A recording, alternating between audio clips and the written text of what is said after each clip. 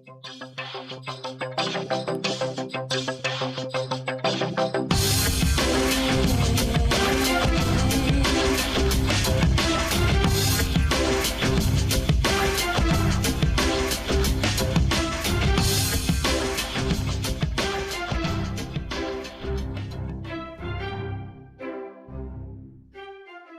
to the Career Menace podcast. I am your host, Nisar Ahmed. I'm the founder and editor of the blog careermenace.com, and this is episode 36 of the Career Menace podcast. Today's episode is the first in the series of many in what I call the personal branding series. In this series, I'll be interviewing individuals who have really taken their individual brands to new heights. These are individuals we can all learn from for improving your unique brand to take your career or business to the next level. Before we begin, just a disclaimer, this interview is PG or R-rated. My guest is a very passionate professional and he lays out things as it is. So I don't want to give too much away. As we go through the interview, you will know. So I just want to keep everyone informed. It is an R-rated interview. So let's begin our episode. And today's personal branding expert series episode, I'm interviewing Asa Leveaux. Asa, welcome to the podcast. Thank you so much for having me. You're welcome. One of the first things I always ask before we get into knowing something about the individual is always, where are you calling from? I am calling from Oklahoma City, Oklahoma. Okay. And can you tell us something interesting about Oklahoma City that most people would not know unless they have been or lived there? Of course. So it right now is the holiday season. And if you are from Oklahoma, we have a jewelry store that has been running the same commercial for over 20 years. And so if you are from Oklahoma, if you just say the first line of that particular jingle, we will all chime in and begin singing it. Something else is that Oklahoma is home to the most historically black towns in all of the United States of America. That is very, very interesting, both the facts. To be honest, I did not know that. I'm sure people listening to this would not know. So I always like to hear that because it's good to get different perspectives. That's awesome. Thanks for sharing that interesting tidbit about Oklahoma City. And what I would love to do is, as I'm publishing this episode, that if I can find a YouTube video of that particular ad, jewelry store, to keep in line, keep in theme with the holiday season, I'd like to publish that as a link as well. Because sure. That sounds very interesting. So let's get on with the interview. So I wanted to start off, and if you can help us understand who you are, why don't you tell us a little bit about yourself, your story? Sure, of course. So for those of you all who don't know, well, thank you for listening. I appreciate it as well. My name is Asa Leveaux. I train and develop aspiring entrepreneurs to create their very first $10,000 in their business. That's what I do. That's what my passion is. That's what a lot of my energy and efforts go towards. That was not always the case. I have found myself to be a part of different organizations, to include the military in the last 15 years, going from enlisted to officer, serving overseas multiple times in Iraq and Afghanistan, working for large companies like SAIC, Northrop Grumman, Honeywell, in the logistical capacity. So definitely understand what it is to be in corporate America. I had my first accounting internship called Love's Corporate Office. So I've been inundated with the three C's, the check, coffee, and cubicles. I definitely understand what that life has, and not just what it has on maybe a negative plane, but also the positive aspects of corporate culture, because I never want to assume or believe that all corporate culture chokes the life out of you. There are a lot of things that really help you. I can remember having that first accounting internship and doing things so utterly wrong. And if it wasn't for those individuals in that office pulling me aside, pulling my proverbial coattail, telling me, Asa, You can't necessarily do that, or that's not best practices. You shouldn't come into the parking lot bumping Tupac.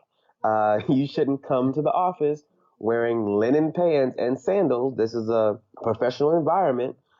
This is not a good place for you to play your music on your computer to where people in different cubicles can hear. So I like the fact that I understood the framework of corporate culture so that I could add to it rather than take away. Very interesting because you've had very unique career path because you have been in the military, in the army, 15 years, as I think based on your website. That's amazing. Then you have made a transition to the corporate world, and now, after building your own brand, you're helping others with their business. So that's very interesting career path. So you've had, compared to a lot of people I've spoken to, you have a very diverse path and experience. So before I dig into your personal branding, I wanted to ask you this question, Asa. What does personal branding or branding mean to you? Branding to me is the story that is remembered about you once someone comes in contact with you in one platform or another. So whether I shake your hand and meet you eye to eye at a networking event, or I see your business card in someone else's drawer, or I am on your Facebook or LinkedIn profile, the story that I have about you once having that particular touch point is what branding is to me. Interesting. It's about what story they get from getting in touch with you. So that is an interesting take on branding. Is it fair to say it's about more than just face value? For example, it's about the emotions or the feelings they get from getting in touch with you. Is that a fair statement, Asa? Yes, it is. It's more than face value. I tell entrepreneurs that are just now starting out that your brand is so much more than your logo. And I will tell anyone that's looking for a career that it's so much more than your LinkedIn profile. It's so much more than your second Facebook profile. And yes, I'm hip to that as well. That there are people that have different Facebook profiles. I even know one individual who spells their first and last name backwards on their Facebook profile for their family and friends, and then they use their government name and make that public so that recruiters, headhunters, and the sort do a search. Interesting. That's it. You know what? That's I've got an idea right there for myself if I wanted to. Because sometimes, to be honest, with LinkedIn, it's very clear, right? You have a clear distinction. It Mm-hmm. is for professional networking. With Facebook, sometimes that line gets blurry. You have Yes. family, friends, and even recruiters. So that's a great idea. I have never thought of that. So one thing I was drawn towards your profile, and I thought you'd be a great guest, Isa, is you have after interacting with you on Facebook, looking at your website, you have a very authentic brand, and it's very real. I mean, if I can use one word, there's no filter. People can really read about you and find that you're genuine. You say things as you mean. People get confused with branding, myself included, is when they say brand, it's how you want people to see you. But in your case, you have proven that wrong. You have said, you know what, this is who I am. This is this, and I can help you. Okay, can you tell me why you chose that authentic personal branding path? To go back on what you just said, first of all, thank you for that feedback. Yes, it is. It is really about how you want people to see you, and the reason why I say that, the reason why is because though I am authentic, though yes, the quote unquote unfiltered, I've been told that before, but I also choose what to post and what to give out into the ether. So I may be having a really sucky day. I could have come in contact with someone who has me at a very high level of pissosity for one reason or another and choose not to post that. At the same time, I will go in on a Facebook Live and do a whole video about the bullshit of marketing because I want and I desire individuals to have the information that will best serve them without any of my ego attached to it. So I do my best to remove the ego or not to operate within it. And so I do see that may be a difference, but I do definitely construct what is being seen.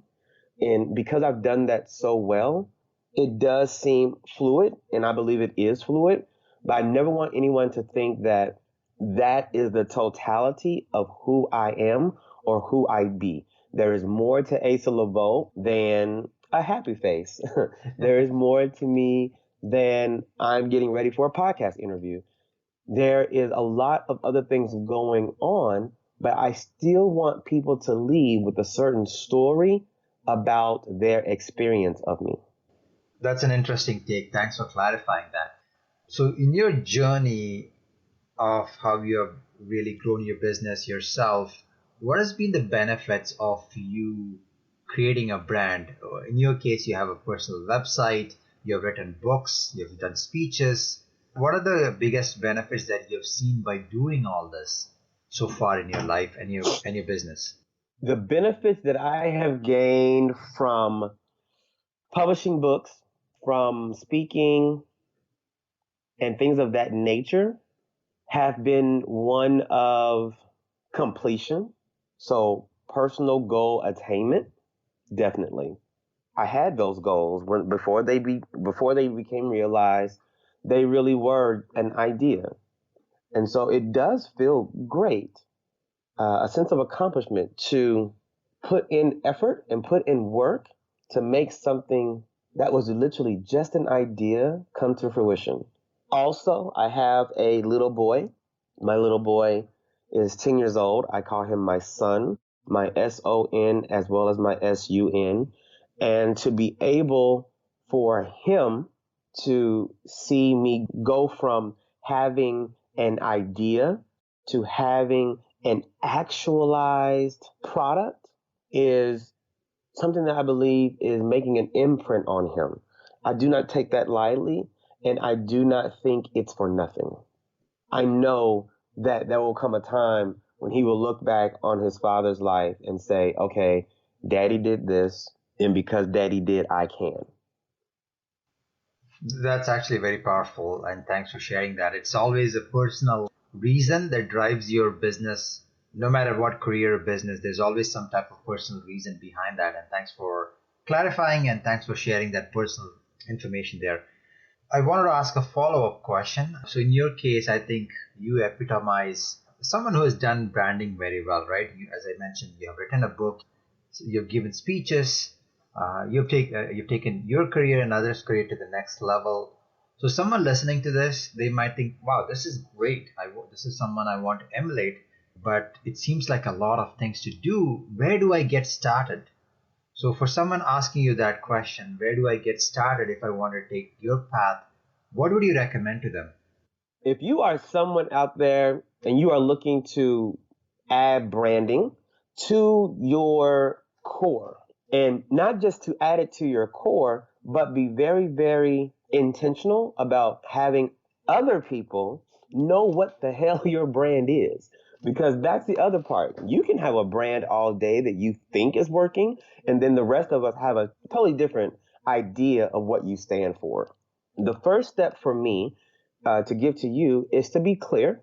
Be very clear. Do some self assessment and self awareness in what it is you provide. So here's a question that I want you to answer.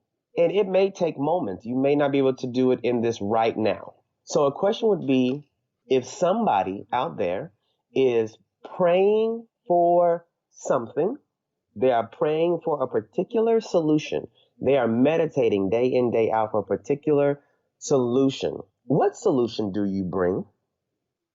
That's what I first want and desire for you to become aware of. What solution do you bring? The next step, once you understand what that solution is, Be able to articulate that solution into a sentence that can be consumed and digested easily. So when I first began, I said I train and develop aspiring entrepreneurs to create their first $10,000.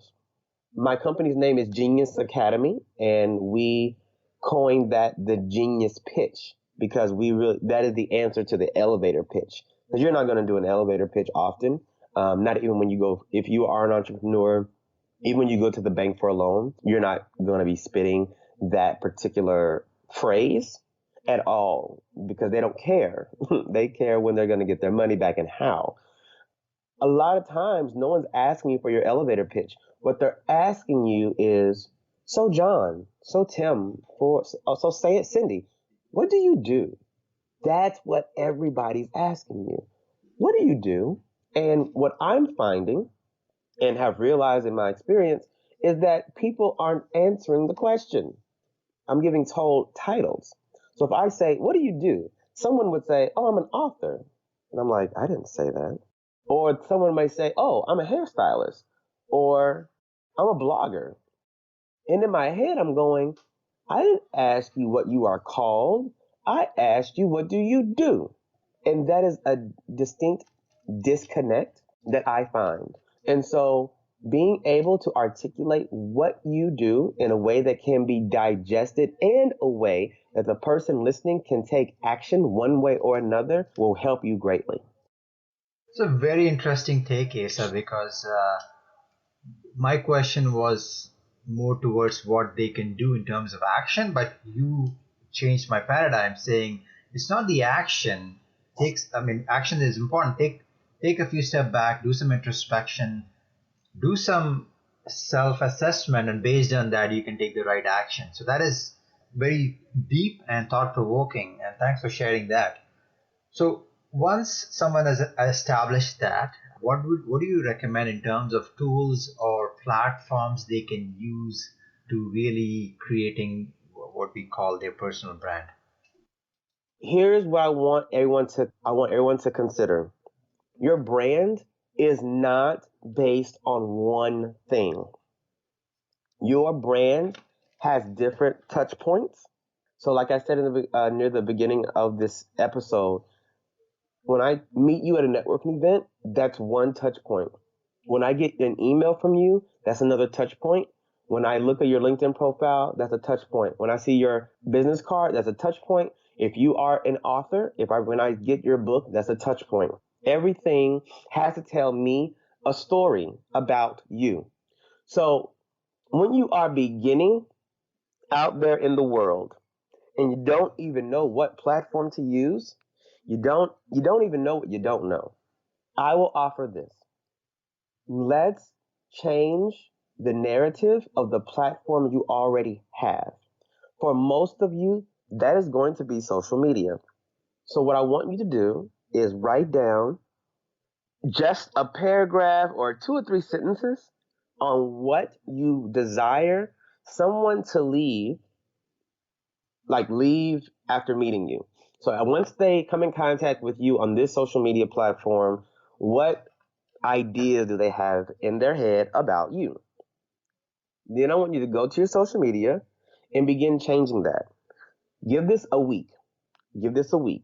Start posting things, removing things, and then start asking people from other platforms. So ask people on Facebook to go look at your LinkedIn.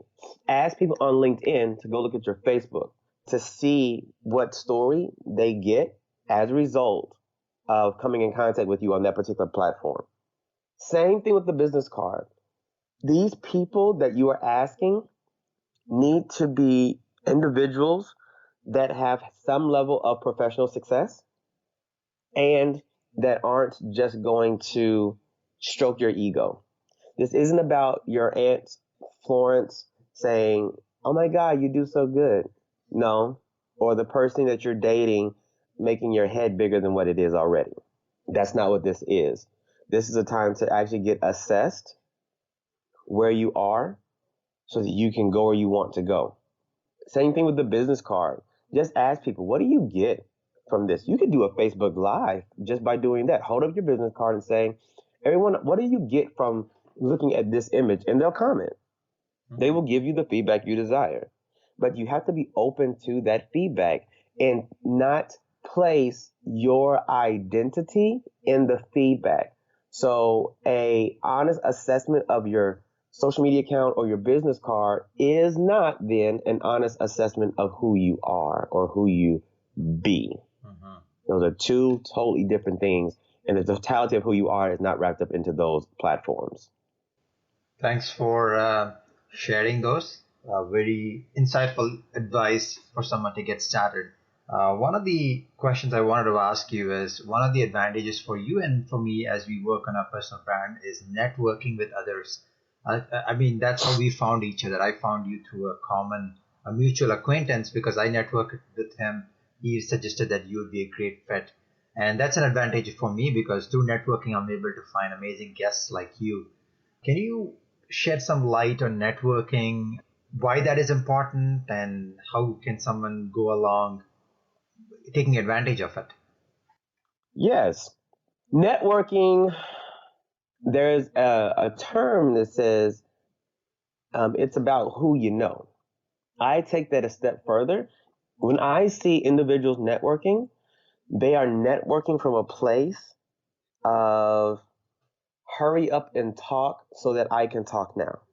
I have not seen in traditional networking, there has not been a real take on value exchange. I see a lot of handshaking.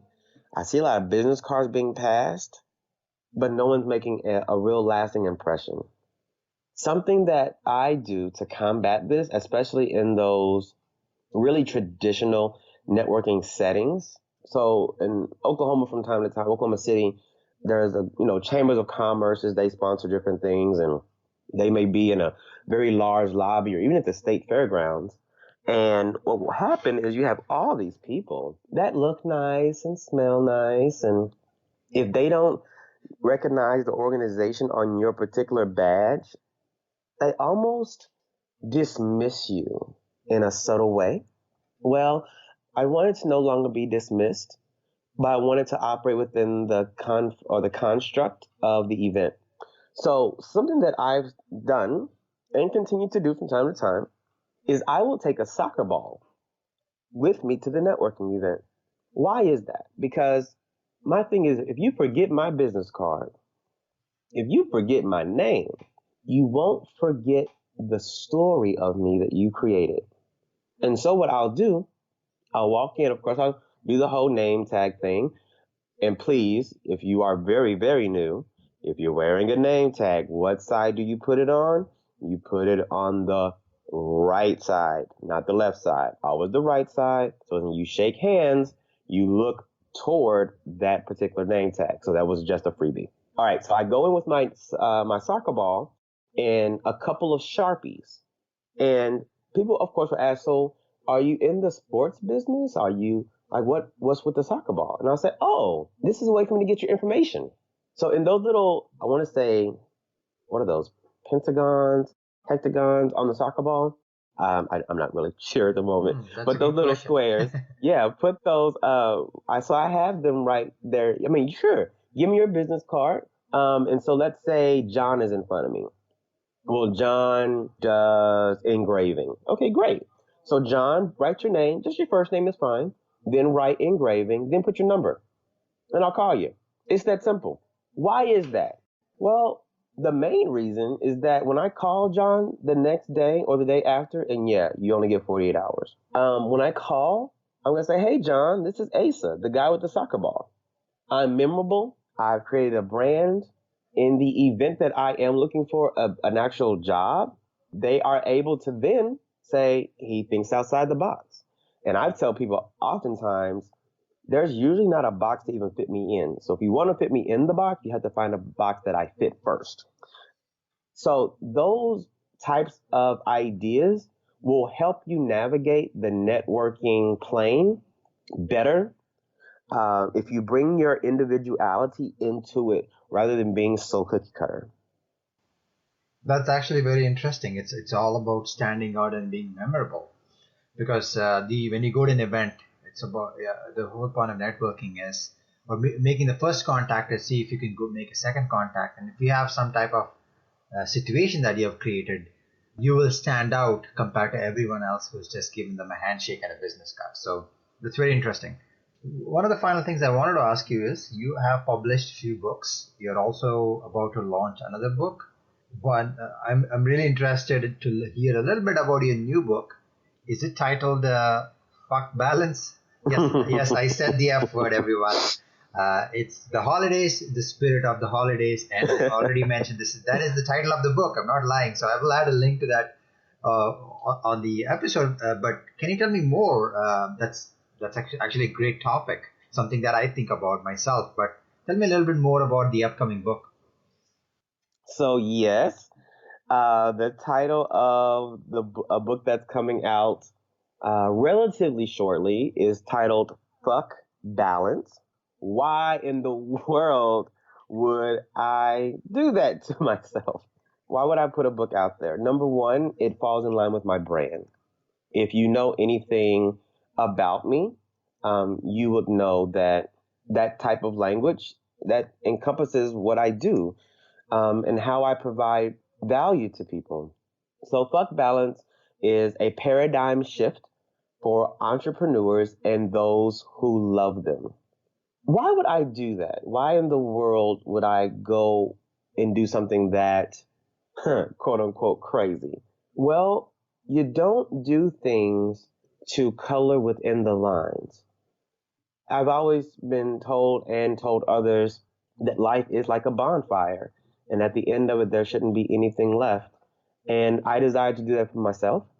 And the notion of balance keeps coming up in one way or another in the last year.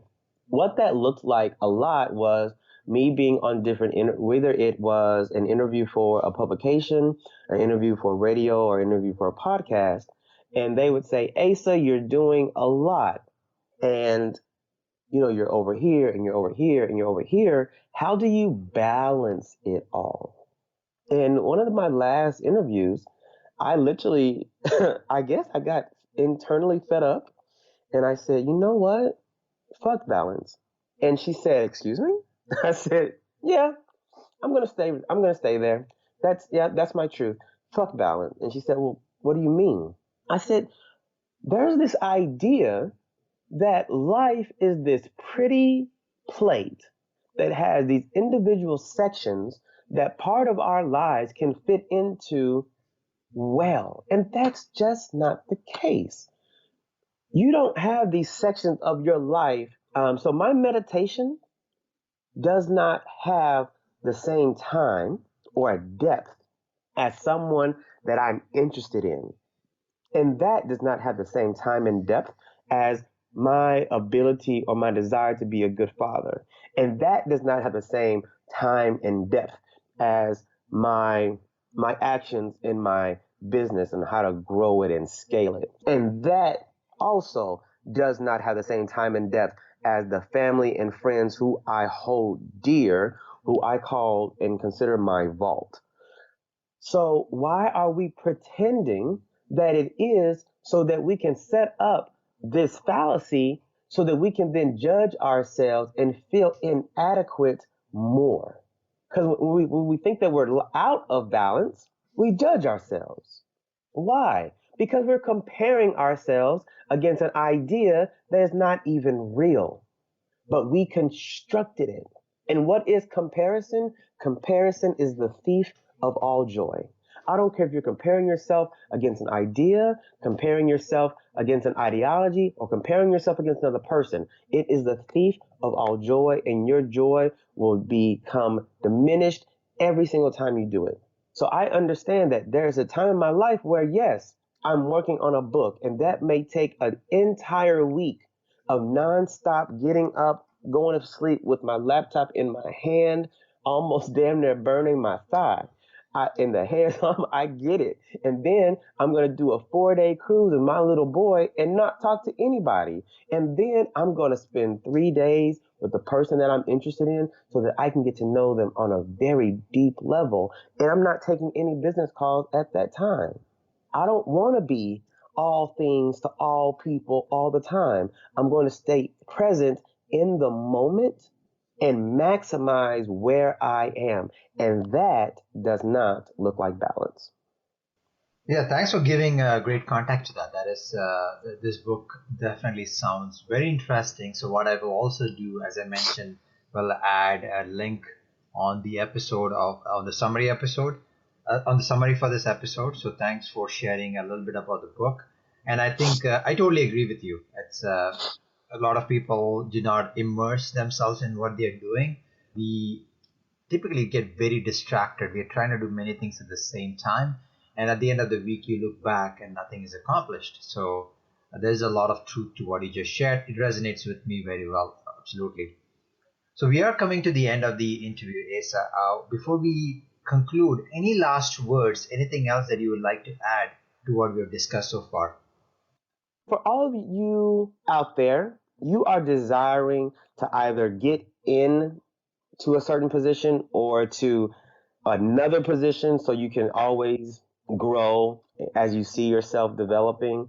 And something that I desire for you to remember again, I desire, and please take a moment and breathe as I impart this to you, that you are enough.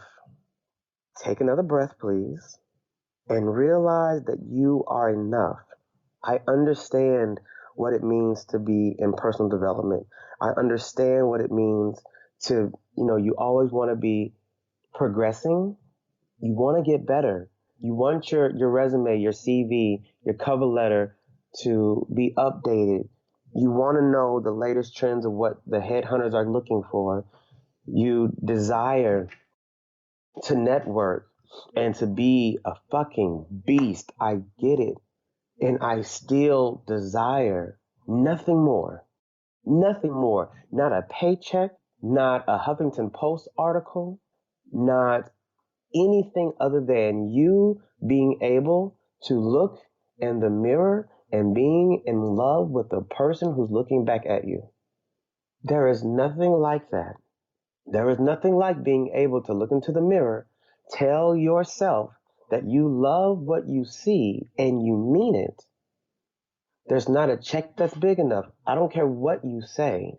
I don't care what you want to think that I'm going to believe, but there's nothing like that. And in the years that I've been doing this thing called professionalism or corporate America or just corporate life in general, since the age of 17, and I'm 33 now, I have met a lot of people on my way. And some people have driven wonderful cars. And there have been people who date beautiful individuals. And there are people who make money that you could swim in, literally swim in. But if you are not able to understand and value who you are, value who you be on a very cellular, molecular level, it'll all be for nothing. So do the work, not just to make sure that your name tag is on the right side, not just do the work to make sure that your business card has the right font, not just do the work to ensure that your Facebook and your LinkedIn are compatible so that those recruiters will have a very specific view of who you are and what you bring to their teams, but do the work of understanding that there is no one like you, there never was, there never will be, and that person is the person that we've all been waiting to meet, and that's the person that has value. Wow, Asa, thanks very much for that wonderful conclusion. I mean, that was very deep, thought provoking, and I'm sure it will strike a chord with many or most people who are listening to this. Thanks. I think you've been a great guest. You've shared a lot of deep insights, very thought provoking ideas. So I appreciate your time today and sharing your experience and ideas with us. Most welcome, and thank you to everyone listening. Dreams and blessings. You're welcome. Thanks, folks, for listening to this episode of the Career Matters podcast. I have written a brief summary of the interview with link to Asa's websites and also links to some additional resources. It will be submitted as a part of a blog post on careermatters.com. If you liked what you heard, feel free to subscribe to the Career Matters podcast on iTunes or Stitcher. And for more content, ideas, tips, resources, go to careermatters.com. If you enjoyed this particular episode and also learned something new, feel free to post a comment or a review. And if you really loved it, definitely go ahead and share this among your network. Until next time, this is Nisar Ahmed, your host for the Career Matters podcast. Thank you.